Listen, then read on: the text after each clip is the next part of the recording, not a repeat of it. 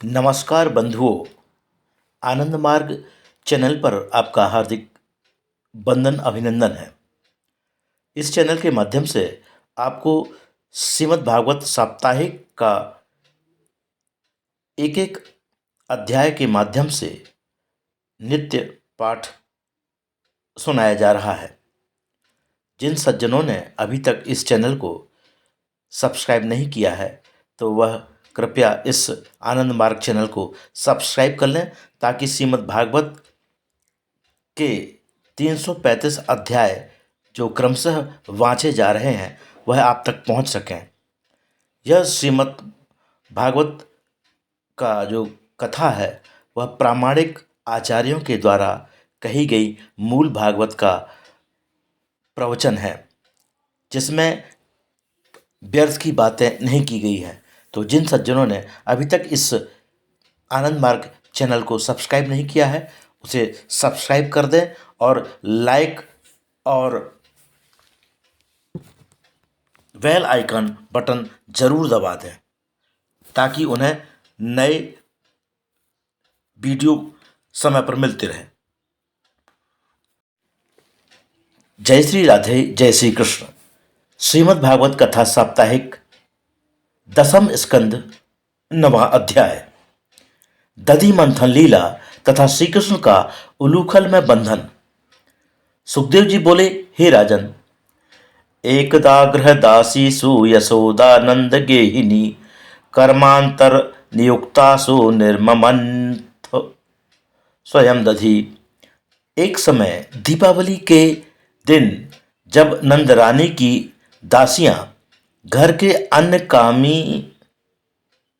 कामों में लगी थी, तब यशोदा अपने लाला के लिए प्रेमवश स्वयं दधि मथने लगी।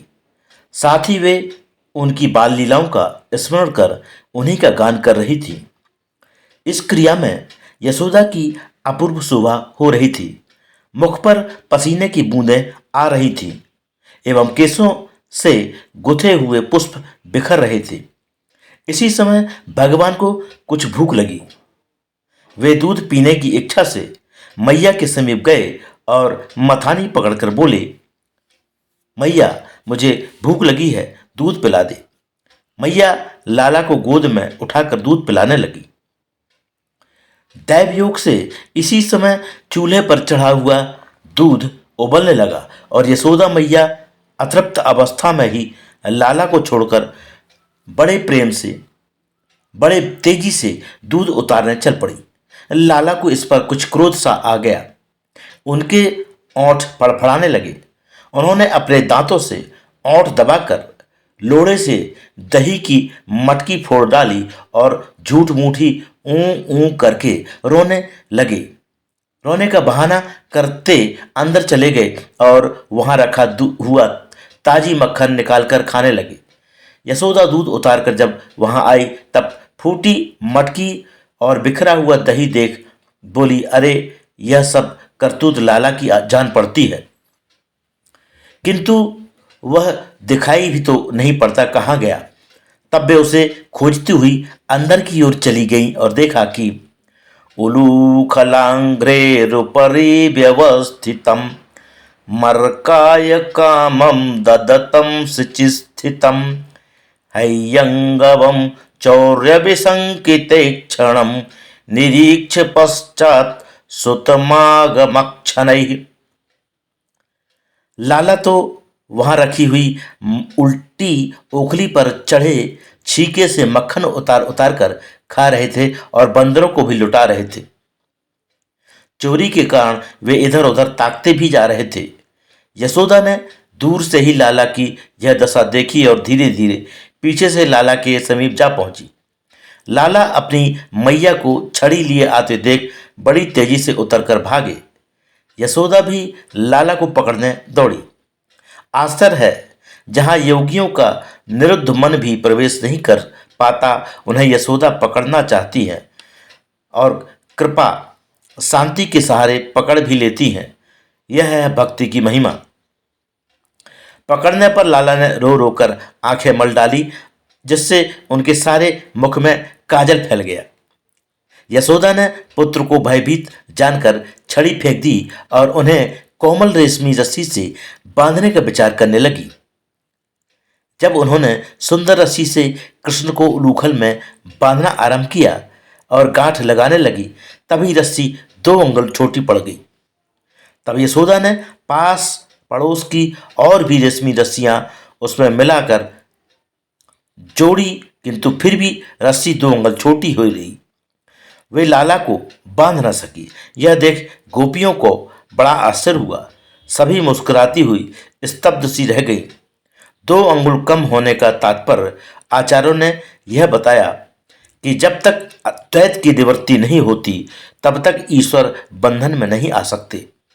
भगवान के बंधन में भक्ति और वैराग्य, इन 2 की आवश्यकता है। यशोदा घर के सभी काम काज छोड़कर बड़ी लगन से पुत्र को बांधने में तत्पर हो रही थी। उसका सारा शरीर पसीने से तरबतर हो गया, श्रृंगार भी बिगड़ गया। यह देख कृपा शक्ति तत्क्षण प्रकट हो गई और दयालु भगवान स्वयं ही तुरंत उसके बंधन में आ गए। दष्ट्वा परिश्रमं कृष्ण कृपया सीत स्वबंधने। सुखदेव जी कहते हैं, राजन, इस प्रकार भगवान ने अपनी भक्त वत्सलता दिखलाई है, जो प्रसाद पुत्र ब्रह्मा को, पौत्र अथवा अपने आत्मा मित्र को एवं जाया लक्ष्मी जी को भी प्राप्त न हो सका, वह प्रसाद यशोदा को प्राप्त हुआ। इससे बढ़कर यशोदा का और भाग क्या होगा। इसलिए महापुरुषों ने कहा है कि संसार में यशोदा से बढ़कर कोई दूसरा देवता नहीं, जिसके उलूखल में बंधे हुए मुक्तिप्रद भगवान स्वयं अपनी मुक्ति चाहते हैं।